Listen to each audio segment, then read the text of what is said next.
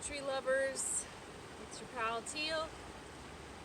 Today, things are pretty real.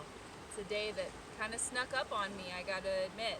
Time is a very sneaky creature these days. So it's a really meaningful day. I thought about doing this poem the day that my dear friend Michael decided to leave this realm, made the very abrasive decision to exit this layer and try his luck with what was out there in the next layers. He removed himself from this earth plane, from this dimension. That day this year happened to fall on Easter, and so much of my poetry had been in depression and sadness and tough thoughts, and I really wanted Easter to be this moment of uplifting and blossoming, and so that's what I brought you. I wanted to make sure to get a hold of my friend Michael's sister, who is now my sister, and I wanted to get her blessing before I did this poem. And it already felt right to me to do it on his birthday instead of his exiting the planet day. So today would have been Michael's 30th birthday, which blows my mind because he's such a punk kid still in my head. And this is Michael. He was outrageously handsome, just immediately captivatingly handsome. So obviously I'm dressed like him to give a shout out to him. I brought some really special feathers because Michael was a hunter and he really felt that feathers were sacred and that each follicle held a story, and he would talk about prayer like as though a feather was prayer beads, and that each of these fine threads was like its own prayer, that you could meditate on a feather for hours and hours just looking at every strand. So that was a really special thing about him. Pretty much everything was special about him. Again, I seem to find these people that, like Jack, I think most people who met Michael fell in love with him in some way. Even his guy friends, I think there was just a deep, deep love that went beyond what you generally feel. That, I mean, his friends were just worked up about loving him. It was like nobody could say enough good things about him. The story could go on very long, but the poem is a bit long, so I just will give some pieces of it. My boo, my sweetheart, is filming for me, and it's very special that he knows me in a way that I can show this kind of vulnerability to him. It's not something that's easy to talk about. The path, the ways that we love others, the things that could have happened. It's not easy, but he's with me and he supports me. And it's odd because this is actually where I sat with Michael, right here, just this spot. We met on the bridge not far from here, and he was just moving here, and it was just this instant kismet. This, okay, we're friends. When are we gonna hang out? Tomorrow? Good, sounds good. And I was with my mom, and she saw that. She saw, like, oh, you two really just kind of clicked into hyperdrive, didn't you? And we did. And we exchanged phone numbers, and then we proceeded to spend every single day together. And it was the first time ever in my life that I felt an attraction towards a man, and I knew he felt an attraction towards me, and he was the one to pump the brakes and say, you know, let's not go for that fire, because I think he was used to that too. He was very attractive, very golden, very capable, beautiful young man, and I think he was used to just sparking that spark, and instead he wanted to just hear all my thoughts and hear all my dreams and sit and talk and explore the in-between and wait for that moment. He had just gotten out of a pretty serious relationship, and his sister and his parents, his immediate family said, when Michael talked about you, he talked about you like he wanted to marry you. And I was older than him, and it's kind of funny because his mom told me that he asked her permission to date an older woman who was a witch. And I thought that was really funny. I was like, whoa there, youngster, don't be calling me an older woman. That's weird. But yeah, I knew we were headed in that direction. But obviously we would never get there. So we sat at this river, and I was with him for about 24 hours right before he took his life in a pretty horrific fashion that I won't get into because that's not the part of his soul that matters. But I knew something dark was overtaking him, and we spent about 24 hours together before it happened, and we were supposed to meet up the day that it happened. He had a son. He had a young 3-year-old at the time, and I was supposed to meet his son that day. Like, we had plans to meet up, and it was just a very rare day because I was called off from work. So I had just gotten the call late that evening to say, you don't have to come into work tomorrow. Hallelujah. So I turned my phone on silent, and he tried to call me about 6 to 10 times, texted me about 10 times, and those were the last messages he ever sent. I was the last person to see him alive, the last person he called, the last person he texted, and that's a lot of pressure. It's a lot to be that part of someone's story. So obviously all the different doorways subsequently that could have happened from that point crossed my mind a lot. What if I had to work that day? What if my phone was on? What if I was there? What if I had picked up? All those things. How can you not think those things? So he left me a series of pretty troubling texts, and I already knew that there was a very, very heavy, palpable weight on top of him. And I tried to text back, and I just expressed this to his sister, who gave me permission and said, he is yours to talk about, Teal. He is a part of your heart, and you are a part of his, and you have every right to tell whatever part of the story you want. And it is hard to talk about because I knew that he was gone.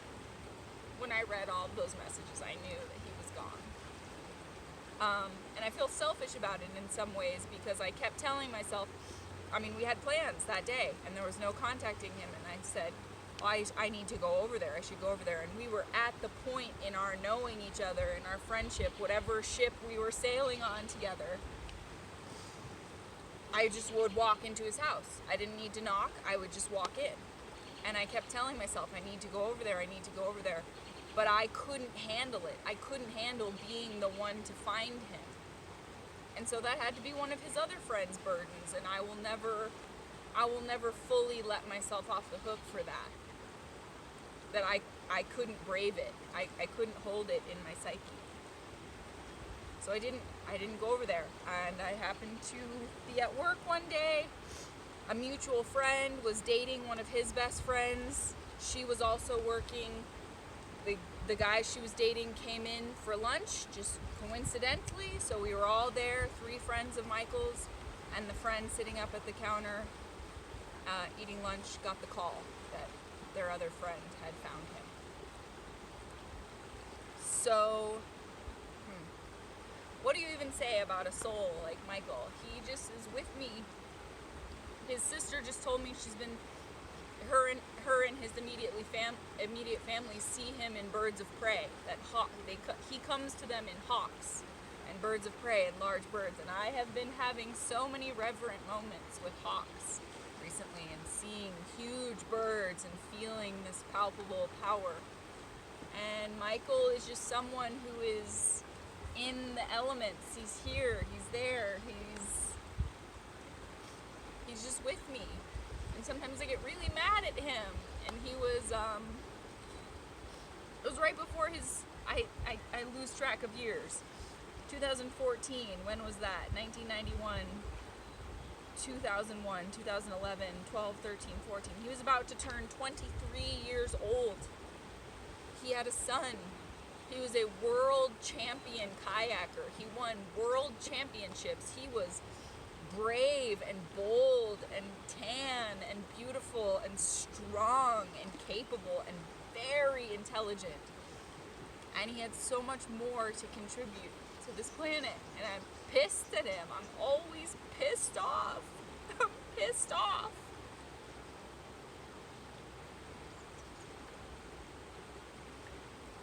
I'm pissed off that he's not here. Because he should be. Because he had so much more. So, I will read you my poem for beautiful Michael.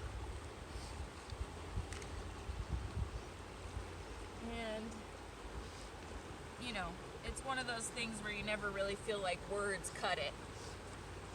But this is what I have.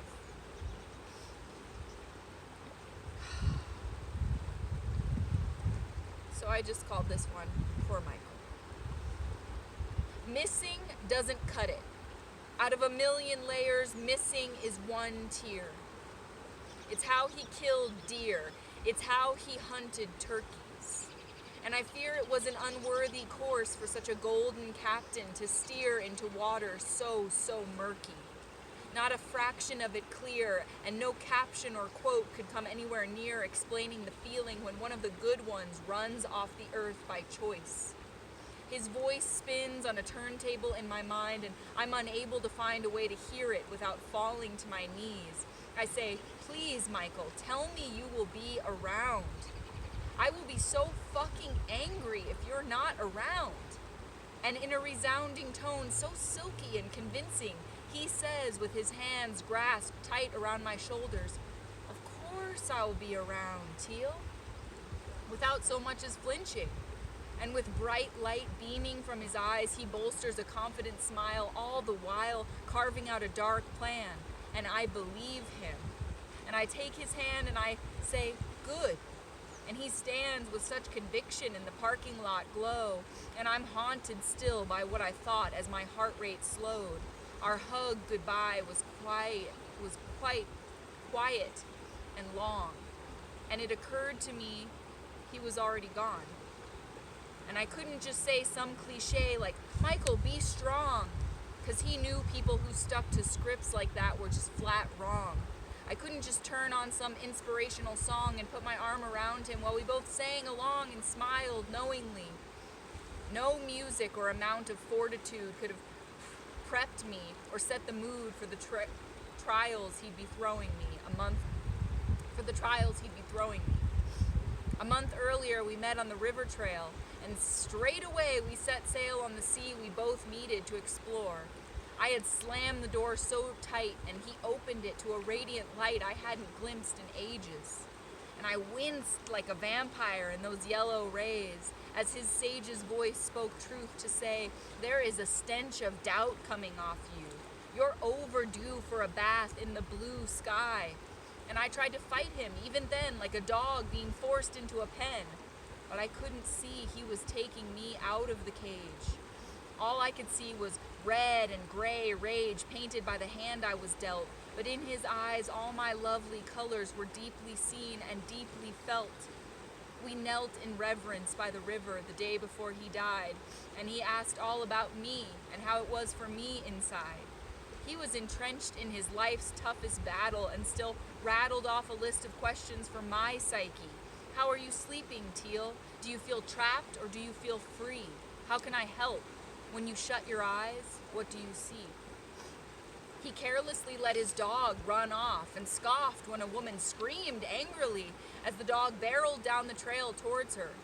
But what I failed to see clear as day was that Michael had relinquished every care and responsibility that required him to stay.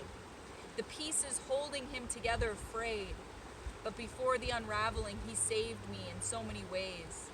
His heart was ablaze, and although he spent most of his days in water, he could not cool the burn. And so in turn he gave way to that flame, and we all search for blame in the wake of destruction. But it's not as cut and dry as a tornado where you know the source of the deadly suction. And a gun in the hand of a worn and weary man can leave all beauty torn, and equal devastation in the heavy span of one moment. Can there be atonement after such an assault? Can you dare to throw out words like why and whose fault? I don't think so.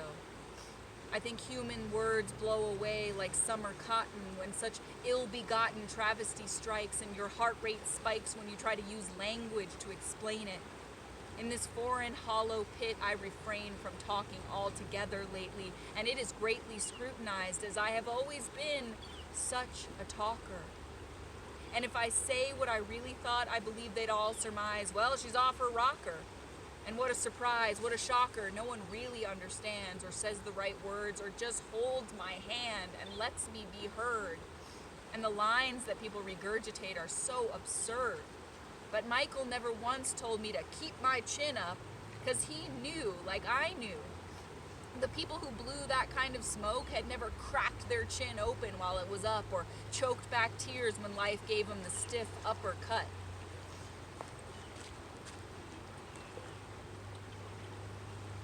And you don't just strut or stride easy when your legs buckle beneath you from the disingenuous human lies that make you queasy.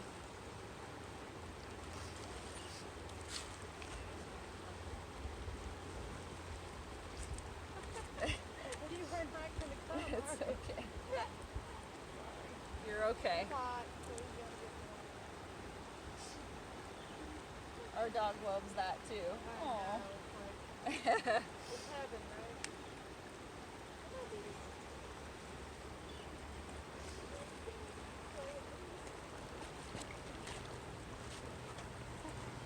Just go over here.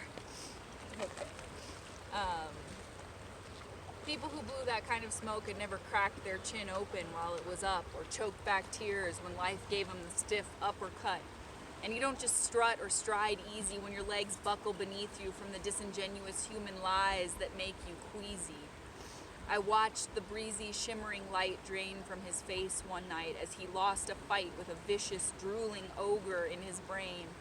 He blinked incessantly, and pain is too weak a word in my retelling of it. I watched him sit expelling a muted panic, the quick and frequent blinking like an attempt to squeeze the terrors he was thinking out from any cranial opening they would fit through. But they couldn't be removed. They had chewed holes in his temporal armor, and you would never guess those gaping spaces were working to erase him. Because on the surface, he was such a damn charmer. And I could see him worrying. Have I alarmed her? Have I shown her too much? As he clutched an empty rum bottle, continually holding it above his mouth and taking swigs of air. In my soothing voice, I told him, Michael, there's not a drop in there. And I got up and I crouched behind him, imagining we were ancient mer people from some sacred lure.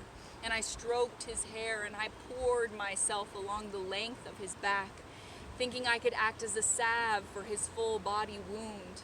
And I tuned all my frequencies to healing and love and propped my head above his like my intentions were a helmet and my limbs were a shield. And I yielded all the juju I've ever acquired. But all that juju simply wouldn't do. He could not be inspired to hang around long enough for a swim in my mermaid lagoon or swoon for any of my other whimsical attempts to sway his path. My energy was wrapped in ribbons and scent, but I could not pray hard enough on his behalf. There's no math that makes it line up the way it should, no shiny color to make it look good. But he stood by my side when all I wanted was to burrow down and hide, and that's enough. He saw all my sides, my shapes and uneven roughness, the flowers and the weeds, without skating the surface, without boring pleasantries. And I must mention a day amongst the trees, my favorite Michael memory.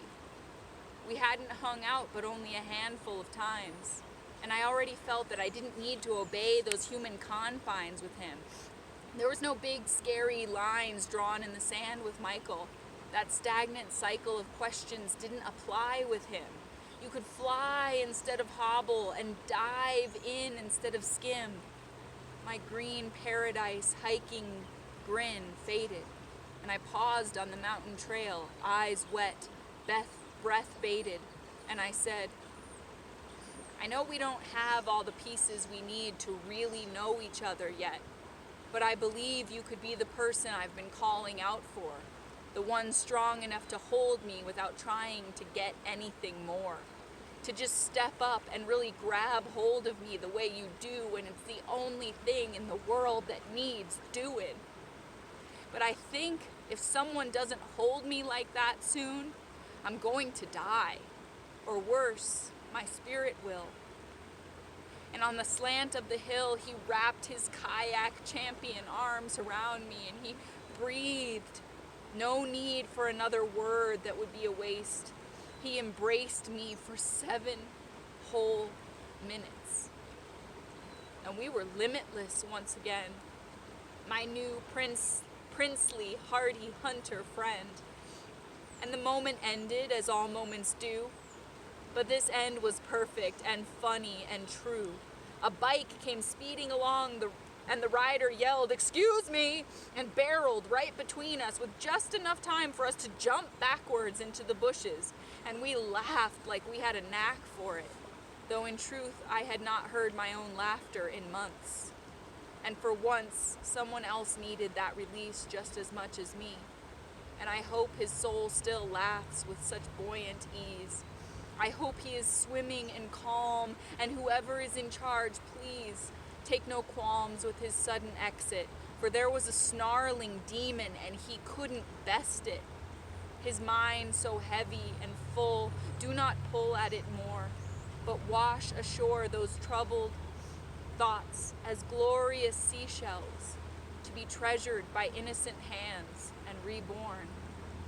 Adorn him with a headdress of owl and turkey feathers and bright-colored daisies. He was a warrior of bone and water. Let not his feverish brain grow hotter, yet cool it in a wave of peaceful blue. And while it is said, this too shall pass, alas, I know it will never leave our hearts. But I now also know a soul never stops. It only restarts.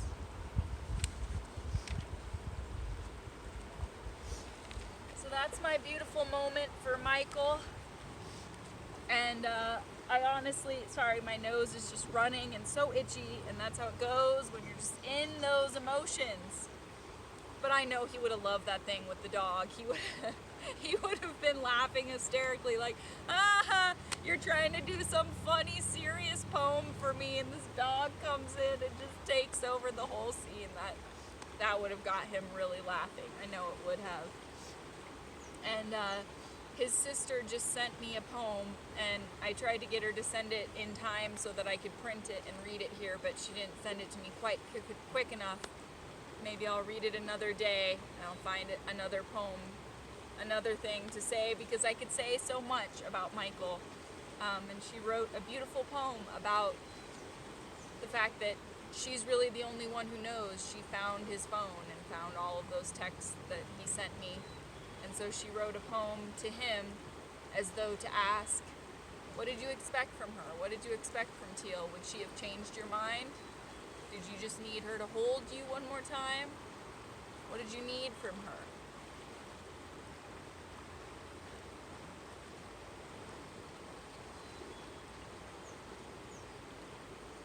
And I'm not sure, but I think he's here now. I am pretty sure that he's here now. So that's day 120. Happy birthday, Michael. I really wish I could have seen what you would have been like as a 30-year-old, because you sure weren't ready to grow up then, and I'm still not. So we would have been laughing about a lot of this adult business. It's all so ridiculous and so hard to face. And I know you and I both just wanted to race to Never Never Land and say fuck it all to all those expectations and just jump naked into the river, because what else matters besides that?